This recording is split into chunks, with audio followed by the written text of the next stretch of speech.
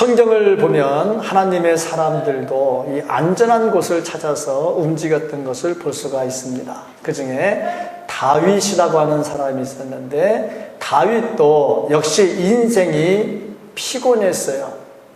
오늘 이 말씀을 기록할 때 상황을 보면 아들이 반역을 해가지고 아버지를 죽이려고 달려들었지요. 이때 도망다니면서 참 심기가 불편했고 몸도 많이 피곤했을 때입니다. 그래서 다윗이 도망다니면서 무슨 생각을 했겠어요?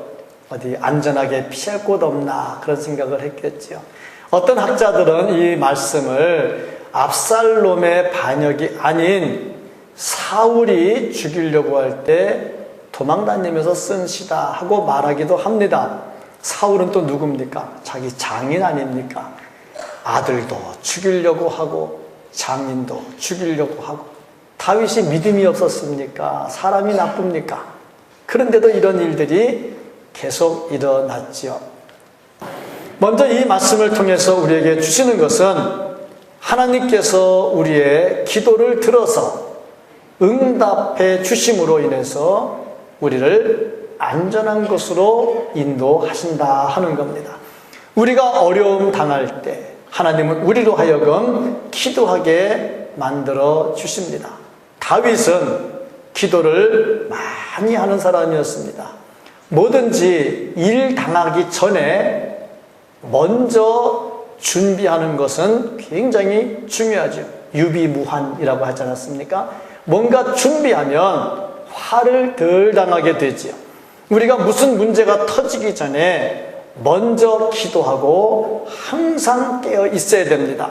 아울러서 문제가 터졌을 때는 또다시 빨리 기도하면서 초기에 그 문제가 진화되도록 해야 되겠지요. 화재가 나도 초기 진압이 굉장히 중요하다고 그래요. 불이 안 나게 하는 건 제일 좋은 것이고, 어쩌다 불이 났으면 불 나서 번지기까지 5분 이내에 빨리 진화를 하면 큰 문제가 안 생긴다고 그래요.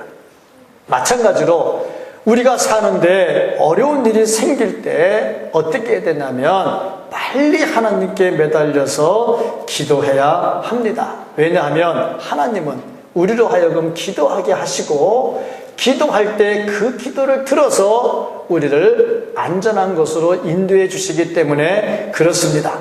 말틴 루터가 이런 말을 했습니다. 기도는 영혼의 독소를 빨아내는 거머리와 같다. 기도를 거머리에 비교한 건 조금 좀 보기가 좋지 않습니다만은, 이 거머리가 뭡니까? 사람의 몸에 붙어가지고 피를 쫙쫙 빨아내는 게 거머리 아닙니까? 마찬가지로 기도는 우리 몸속에 있는 죄를 쫙쫙 빨아내는 그런 독소를 빨아내는 것과 같다, 이렇게 얘기를 했어요. 그러니까 기도를 통해서 우리 속의 독소들이 제거되면서 하나님은 우리를 선하게 만드시고 우리가 안전한 곳으로 가도록 인도하신다는 거죠. 다윗은 그걸 알았습니다. 그래서 하나님께 간절히 기도했는데 신실하신 하나님께서 기도를 들어주심을 믿고 기도했고, 이전에 과거에도 기도할 때 응답해 주셨던 하나님, 이전에도 들어주셨으니까 지금도 들어주실 것이다, 그런 확신을 가지고 하나님께 기도를 합니다.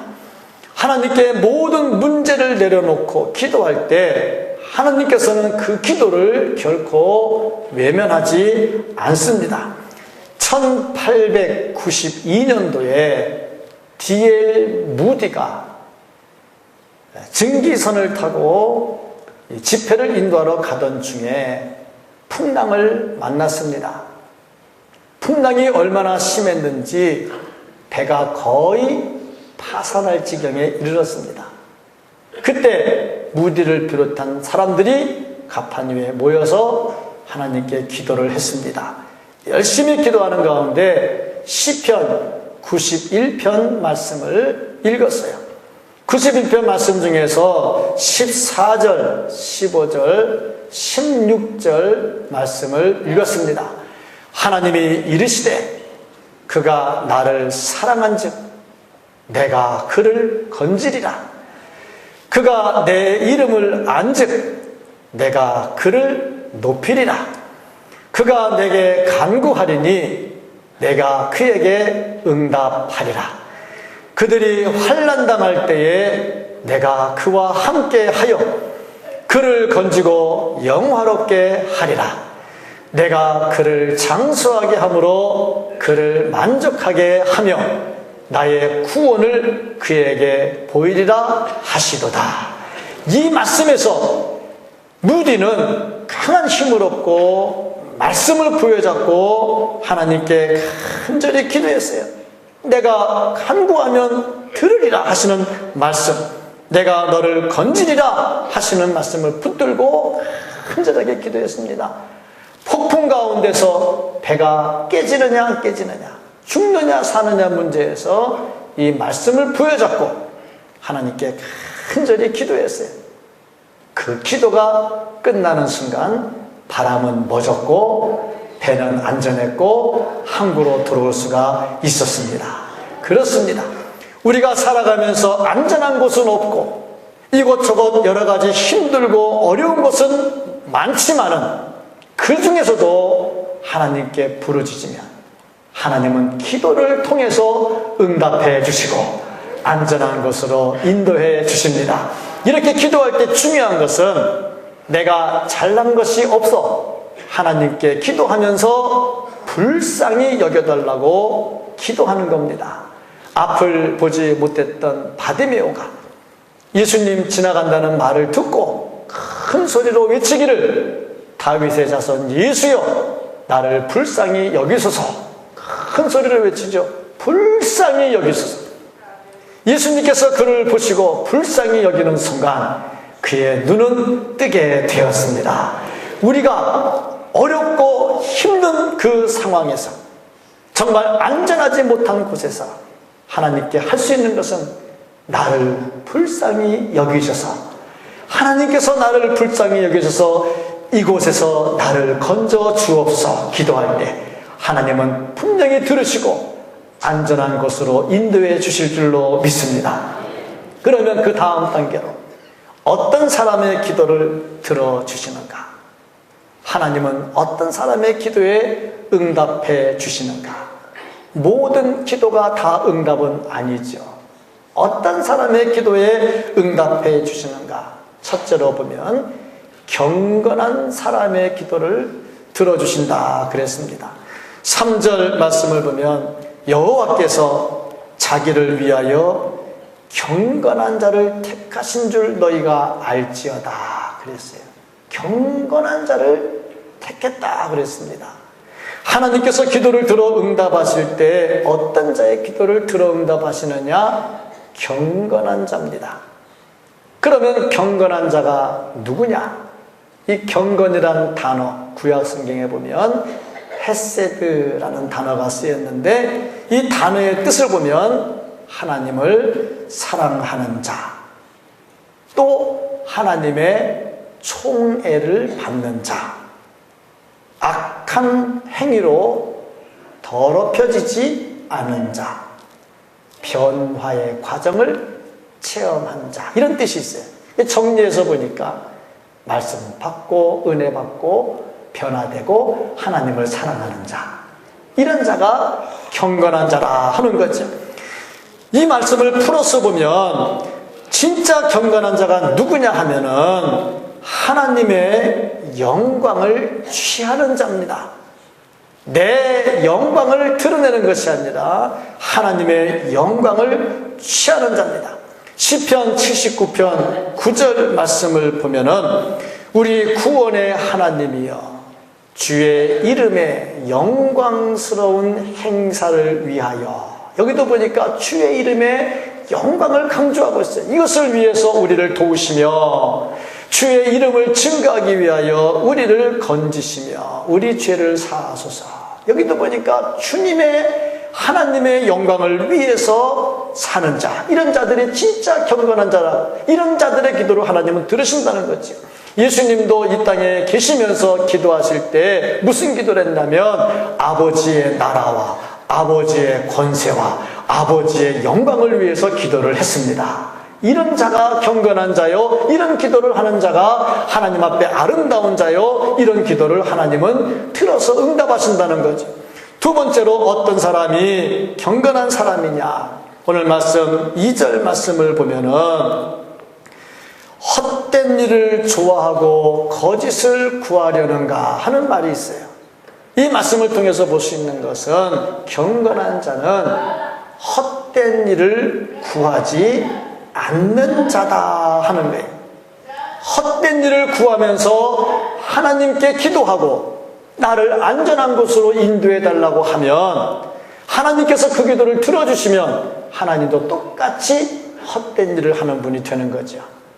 그래서 헛된 일을 하지 않으면서 하나님께 구하는 자, 경건한 자요. 하나님은 그들의 기도를 들어준다고 말씀을 했습니다. 세 번째로 보니까 4절 말씀에 너희는 떨며 범죄하지 말지어다 하는 말씀이 있어요. 이 말씀을 보면 누가 경건한 자냐? 하나님 앞에 떠는 사람. 그래서 죄를 짓지 않는 사람. 사람들이 왜 죄를 짓느냐? 떨지 않아. 경찰서에 가서 경찰한테 난동을 피워. 왜? 경찰이 무섭지 않아. 하나님 앞에 죄를 지어. 왜? 하나님이 무섭지 않아. 그러니까 떨지도 않고 떨지 않으니까 죄를 마음껏 짓죠. 이런 사람들은 경건과 상관이 없는 사람들입니다. 사람은 태어날 때부터 범죄 성향을 가지고 태어났습니다. 다윗이 고백하기를 내가 모태에서부터 죄를 지었다 그랬거든요. 태어나면서부터 범죄 성향을 가지고 태어났어요. 이거를 말씀으로 가지치지 않으면 자꾸 죄 속에 물들게 되어 있습니다. 이거를 가지쳐 나가는 사람이 경건한 사람이고, 이 가지치기를 잘하는 사람의 기도를 하나님은 들어서 응답해 주십니다. 두 번째로 어떤 사람의 기도를 응답해 주시느냐 하면 의로운 자의 기도입니다. 5절 말씀을 보면은 의의 제사를 드리고 하는 말씀이 있어요. 의의 제사를 드리고, 의로운 자. 의로운 자가 하나님께 제사를 드릴 때 하나님께서 들어주신다 그랬습니다. 의롭다 하는 것은 하나님의 뜻을 따라가는 것이고, 이런 사람들이 드리는 예배가 진정한 예배가 되고 하나님께 상달이 되는 겁니다.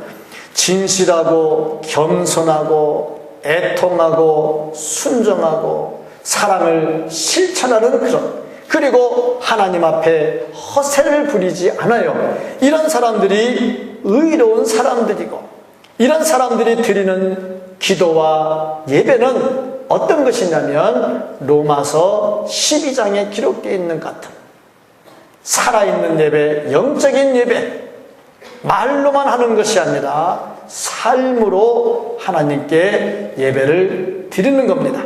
이런 사람들은 어떤 사람들이냐? 자기 자신을 하나님께 철저하게 맡기고 하나님의 응답을 기다리죠. 기다리면서 절대 조급해하지를 않습니다. 철저하게 하나님을 믿고 의지하고 하나님의 응답을 기다립니다. 이런 자들의 기도를 하나님은 들어서 그들을 안전한 곳으로 인도하신다고 그랬습니다. 하나님은 우리를 인도하시되 안전한 곳으로 인도하시는데 기도를 통해서 인도하시고, 경건한 자의 기도를 들어주시고 의로운 자의 기도를 들어서 안전한 곳으로 인도해 주십니다. 그래서 우리가 진정으로 안전한 곳에 거하기를 원한다면 기도해야 되고, 그 기도가 하나님께 상달되기 위해서 경건해야 되고 의로운 자리에 서야 됩니다. 이런 은혜가 있기를 주님의 이름으로 축복합니다. 그러면 이렇게 하나님께 기도하면서 경건하고 의로운 자리에 서 있으면 하나님께서 안전한 곳으로 인도하신다고 했는데, 하나님께서 인도하시는 안전한 곳에 가면 어떤 일이 있을까? 이건 참 우리의 관심이지요. 그러면 하나님께서 우리를 인도하시는 안전한 곳에 가면 어떤 일이 일어날까? 오늘 말씀해 보니까 두 가지를 말씀하고 있어요. 많은 것 중에 두 가지를 말씀하고 있는데, 첫 번째로 보니까 7절 말씀에 주께서 내 마음에 두신 기쁨은 그들의 곡식과 새 포도주가 풍성할 때보다 더하니이다 하는 이 말씀. 여기서 볼 수 있는 것은 주께서 우리에게 기쁨을 주신다. 주께서 안전한 곳으로 우리를 인도하시면 거기서 우리가 기쁨을 누린다는 거예요. 그런데 이 말씀을 잘 보면 어떻게 되어 있냐면, 내가 뭔가 풍요로워서 기쁨을 누리는 거라고 말하고 있질 않아요. 이게 지금 그들이 가진 기쁨은 포도주가 넘치고 곡식이 풍부해서 기뻐해요. 그들은. 이 무슨 말이냐면, 다윗이 쫓겨다닐 때 그 아들 압살롬, 이 압살롬이 아버지를 쫓아내고 죽이려고 할 때, 그때가 추수철이에요. 많은 걸 거둬들일 때. 그러니까 많은 곡식을 거둬들이고 기뻐하겠지요. 포도주가 있으니까 즐겁겠지요. 반면에 다윗은 어땠느냐? 지금 쫓겨다니고 도망다니는 거예요. 그런데 여기서 기쁨을 말하고 있는 거예요. 그들이 쌓아놓고 즐거워하는 기쁨보다 내 기쁨이 더하다는 거죠. 여기서 우리가 뭘 볼 수 있냐면, 우리가 말하는 기쁨은 세상이 말하는 기쁨과는 질이 좀 다르다 이거예요. 세상은 돈 많고 건강하고 자식들 잘 되고, 그게 잘 돼야 기쁨이고 그게 안전이에요. 물론 이게 틀린 건 아닙니다. 우린 그거 필요 없다고 말하면 안 되죠. 우리도 그게 필요하고 당연히 그 복은 맞습니다. 그런데 그게 전부가 아닌 거죠. 근데 세상은 그게 전부로 알고 있어요. 그런데 안타까운 것은 예수 안에 참된 기쁨을 찾는 사람도 그거 가지고 평가하더라 이거죠. 그러면 그것이 없으면 하나님의 복이 없는 겁니까? 그러면 다윗이 쫓겨다닐 때 그 모든 거 다 뺏기고 쫓겨다닐 때 그 복이 없는 겁니까? 그건 아니잖아요.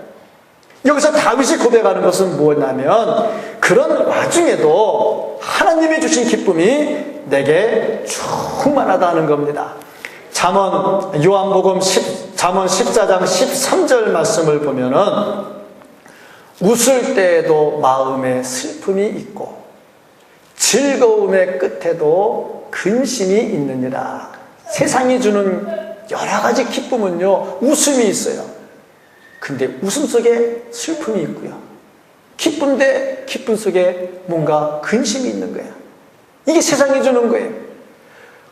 물질이 많으면 행복할 줄 알았는데 그것도 아니고, 건강하면 행복할 줄 알았는데 그것도 아니고, 뭔가 있긴 있어요. 즐거운 것 같은데 그 끝에는 슬픔이 있고 그래요. 그러나 하나님이 주시는 기쁨은 어떠냐? 요한복음 14장 27절 말씀을 보니까, 평안을 너희에게 끼치노니 곧 나의 평안을 너희에게 주노라. 내가 너희에게 주는 것은 세상이 주는 것과 같지 아니함이라.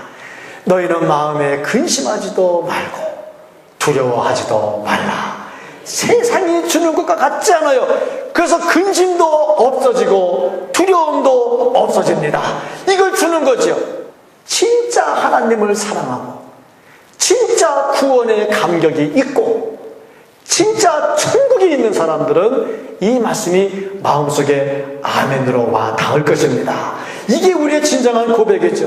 다윗은 지금 압살롬에 비하면 상황이 너무 안 좋지요. 그런데도 주께서 주시는 기쁨이 충만하게 된다고 말씀을 하고 있습니다. 주님께서 우리를 안전한 곳으로 인도하시면 어떤 상황이 됐든지 그 상황 속에서 기쁨이 충만하게 될 줄로 믿습니다. 두 번째 복을 말씀하고 있어요. 8절 말씀을 보니까, 내가 평안히 눕고 자기도 하리니 나를 안전히 살게 하시는 이는 오직 여호와이시니이다. 자, 하나님께서 안전한 곳으로 인도하시니까 어떤 일이 일어나느냐? 잠을 잘 잔다 하는 겁니다. 잠을 잘 자는 것은 복입니다. 제가 한 달 동안 하나님의 도움에 대한 설교를 합니다. 여기서 계속 나오는 게 뭐냐면 잠을 잘 잔다는 거예요. 지난주에는 설교하다가 제가 이런 얘기도 했어요. 설교 시간에 잘 자는 것도 복이다. 설교 시간에 잘 자는 사람 찍고 목사 째려보는 사람은 없다. 그냥 열심히 자라 하고 설교를 한 적이 있어요. 오늘 말씀에도 보니까 주님께서 안전한 곳으로 인도하시면 잠을 잘 잔다 그랬어요. 잠을 잘 자는 것은 복입니다. 저에게 기도해달라고 이제 보고서가 올라왔는데 아픈 사람들, 아픈 부위별로 쭉 보고서가 올라왔는데 가장 많이 아픈 사람이 척추, 허리, 뭐 어쩌고 저쩌고 해가지고 쭉 올라왔는데 37명인가가 올라왔어요. 우리 교인 얘기예요, 지금. 머리 아픈 사람, 뭐 어디 아픈 사람, 어디 아픈 사람 쭉 올라왔는데 기도해달라고 올라온 게 150명이 더 올라왔어요. 근데 거기 쭉, 그러니까 내 이름은 안 들었대. 나도 불편한 데가 있긴 있는데 안 하려고. 그러고 보니까 안 아픈 데가 없는 것 같아요. 그 중에 제가 봤더니 잠을 못 자는 사람, 잠 잘 자게 해달라고 기다리러 올라온 사람 명단이 10명이더라고요. 내가 오늘 그 사람도 축복합니다. 지금 축복하는데 주님의 보호하심이 잠 잘 자는 복이니까 오늘부터 잠 잘 자기를 축복합니다. 정말 축복합니다. 아멘으로 받고 잘 자기를 축복합니다. 다윗을 보세요. 시편 17편을 보면요. 정말 어렵게 도망 다닙니다. 굴 속에서 잠을 잡니다. 편하게 잘 수가 없어요. 그런데도 푹 자고 아침에 눈을 뜰 때 주님의 형상이 쫙 나타나고 얼마나 좋습니까? 하나님께서 안전한 곳에 거하게 하시니까 아들이 잡아 죽이려고 쫓아다녀도, 장인이 잡아 죽이려고 쫓아다녀도, 도망다니는 중에도 편히 자고 아침에 깰 때 주님의 형상으로 만족을 합니다. 이런 은혜가 있기를 주의 이름으로 축복합니다. 우리가 사는 이 세상은 진짜 안전치 못합니다. 나름대로 안전하게 우리를 보호해 줄 것을 찾아가지만 역시 그것도 안전하지 못하고 우리에게 평안을 준다 해도 일시적인 겁니다. 영원히 주지는 못합니다. 근데 하나님께서는 우리를 인도하실 때 영원히 안전한 곳으로 우리를 인도해 주신다고 말씀합니다. 기도하는 사람을 통해서, 특별히 경건한 사람을 통해서, 의를 행하는 사람을 통해서, 그러면서 기도하는 사람을 하나님께서 안전한 곳으로 인도하시고, 그렇게 안전한 곳으로 인도하신 다음에는 참된 기쁨을 주시고 평안한 잠을 허락해 주십니다. 하나님은 우리를 안전한 곳으로 인도하시는 분입니다. 하나님 안에서 안전하게 정말 기쁨을 누리고 육신의 편한 잠을 자고 깰 때 주님으로 만족할 수 있는 우리 모두가 될 수 있기를 예수님의 이름으로 간절히 축복합니다. 아멘. 기도하겠습니다. 사랑이 많으신 하나님 아버지,